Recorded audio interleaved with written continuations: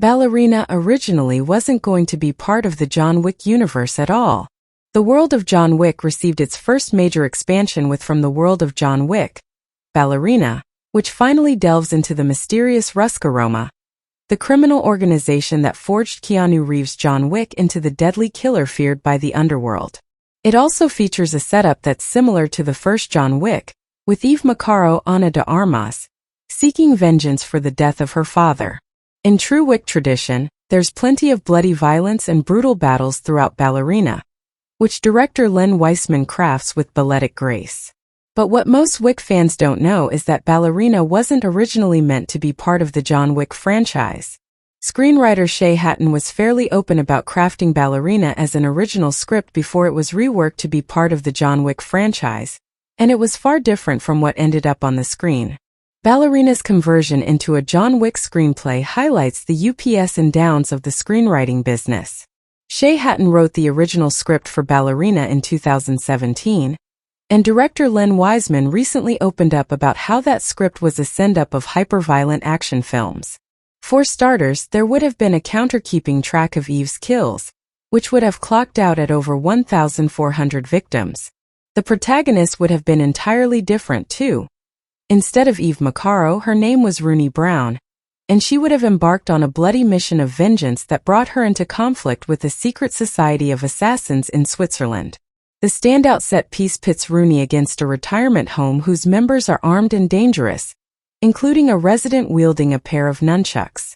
Wiseman told the Film Stories podcast that he and Hatton worked to refine the Ballerina screenplay into something that would fit in John Wick's world, especially since the idea of a secret society is right at home with the Wick films.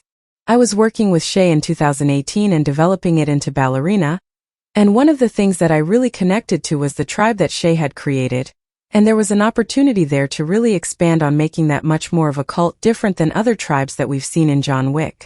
And I mean, as scripts do, they go through many iterations. While Hatton was able to get his screenplay made, its transformation highlights the ups and downs of getting a screenplay made. Sometimes an original screenplay will be retrofitted to fit into a franchise, and the results can vary. I, Robot wasn't meant to be an adaptation of Isaac Asimov's novel but an original sci-fi story, and it shows as the connections to that novel are minimal at best. With Ballerina, it's clear that the story was heavily reworked to be a John Wick spin-off, as John Wick himself plays a large role in the final act, which makes sense as Ballerina takes place in between the events of John Wick, Chapter 3 Parabellum and John Wick, Chapter 4. Still, I wish that Hatton had gotten to bring his original vision of Ballerina to the big screen, especially the scene with the killer senior citizens. Grandpa with nunchucks is more than worth the price of a movie ticket. Shay Hatton has written other action films including Zack Snyder's recent projects. Ballerina wound up kicking open doors for Shay Hatton, as he's built a career scripting action movies. Originally, he started out as an intern in Robert Downey Jr.'s production company, Team Downey, but got on Hollywood's radar when his spec script Maximum King, chronicling Stephen King's disastrous directorial debut on Maximum Overdrive, made the blacklist, which collects the most popular screenplays.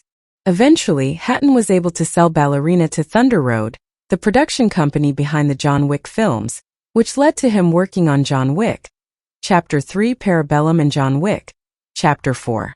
He's even scripted Netflix's action films, working on Zack Snyder's most recent films, Army of the Dead and Rebel Moon, while also penning the Jamie Foxx horror/action hit Day Shift. Like Ballerina, these films feature a high concept and plenty of brutal action, so hopefully Hatton's future work will continue in that trend.